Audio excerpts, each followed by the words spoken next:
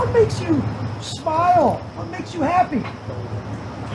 Well, I smile at a lot of things, including bogus questions from the media, man. Despite incessant public backlash every time this man travels, which is a lot, Vice President J.D. Vance just can't or won't take a hint. He's currently on yet another vacation in the UK, but even across the pond, he can't escape people protesting his very presence. Case in point, Vance tried and failed to have dinner at the Bull, a popular spot in Oxfordshire, because of a staff mutiny. When the staff found out about Vance's plan to visit, they threatened not to show up to work that night unless the booking was rejected. And so that's what happened. I don't know where JD Vance ate dinner that night, but it wasn't at the Bull. Also, a fun fact, Kamala Harris dined at the same restaurant just a few weeks ago with no problem at all.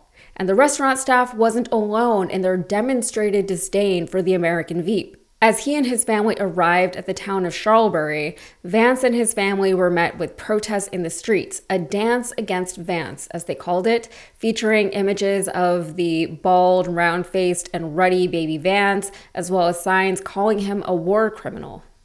The residents also complained that the visit was incredibly disruptive to their normal everyday lives, claims that the local police force denies. The deputy mayor of a nearby town said, "We've had a curtailment of our freedoms here just by his mere presence in terms of where we can walk and where we can be." That was from Steve Akers. And the American Secret Service knocking on people's doors and asking about their Facebook profiles.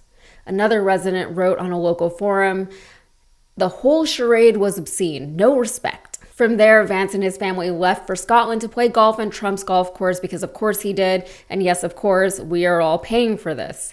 This is Vance's 7th vacation in 8 months, by the way, and he gets trolled everywhere he goes. He also insists on dragging his family along with him, which can't be fun for them. I think she's doing a great job as Second Lady of the United States, and I'm so proud to have her back by my side. And here's the thing, because the cameras are all on, anything that I say, no matter how crazy, Usha has to smile and laugh and celebrate it. I don't like paying for any of this, nor do I like paying every time Trump goes golfing or every time he and all of his federal staffers go down to Mar-a-Lago, but right-wing media doesn't seem to have a problem with it because they are hypocrites. But speaking of Trump, what is he up to? Well, he is now traveling also in Alaska, which for now is not Russia.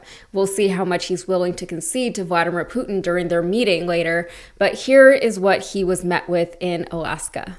So as you can see, there was a crowd holding Ukrainian flags with signs calling Putin a war criminal, saying that Zelensky should be here, and reminding everyone that Trump is in fact a convicted felon. And I mentioned Trump's concessions earlier, and I wasn't being entirely facetious, a little bit, but not entirely.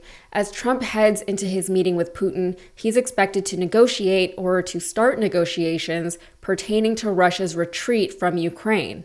Ukraine, of course, is not being represented at the meeting, as Zelensky won't be there, reportedly because Putin doesn't want to meet with him. Trump is graciously offering to be a buffer between the two leaders for some potential future meeting, but for now, it will just be Trump and Putin. The last time they met, there was no record of what was discussed. This time, it's expected that Ukraine will be asked to give up some of its territory or natural resources to Russia and or the US in exchange for an end to the atrocities. It's not fair, it's not what should happen, but realistically, there's no reason why Russia would just stop doing what it's been doing for the past 3.5 years without having gained anything in exchange. Putin can't handle the idea of not expanding the geographical sprawl of his country because he thinks he's a czar from the days of Imperial Russia. The land he will have gained at the end of all of this hardly seems worth all of the Russian lives that he sacrificed to get it, not to mention the Ukrainian lives that were lost to the onslaught. But when you're a dictator who hides away from accountability on a yacht, the lives of civilians are of no consequence. Trump, forever attempting to portray himself as a strong man, says that if Russia does not cooperate with the de-escalation, Putin will be sorry. Will he, though? The most Trump has to levy against Russia are sanctions, and I hardly think that will be enough to suddenly scare Putin into submission. Trump said, "I want to see a ceasefire rapidly. I don't know if it's going to be today, but I'm not going to be happy if it's not today," he told reporters on Air Force One. Everyone said, "It can't be today, but I'm just saying, I want the killing to stop." Don't we all? He also said, this is not to do with Europe. Europe's not telling me what to do. But they're going to be involved in the process, obviously, along with Ukrainian President Vladimir Zelensky. He said that Putin is a smart guy who has been doing it for a long time, but so have I. We get along. There's a good respect level on both sides. Putin's definitely been doing it longer than Trump, but that aside, Trump also spoke with close Putin ally, the authoritarian leader of Belarus, Alexander Lukashenko. Trump posted this on Truth Social Friday morning. I had a wonderful talk with the highly respected president of Belarus, Alexander Lukashenko. The purpose of the call was to thank him for the release of 16 prisoners. We are also discussing the release of 1,300 additional prisoners. Our conversation was a very good one. We discussed many topics, including President Putin's visit to Alaska. I look forward to meeting President Lukashenko in the future. Thank you for your attention to this matter. Who is he thanking all the time? And also 16 is a good start, but then when he said 1,300, I was like, oh, you got a long way to go. Also, referring to Lukashenko as a highly respected leader is a little bit try-hard. He's really making an effort to convince people that the rest of the world actually respects Lukashenko when that is simply not the case. Trump just wants people to think that he's in the popular crowd, not the crowd that actively gets shunned and protested and booed everywhere they go. Trump is also delusional though. All right.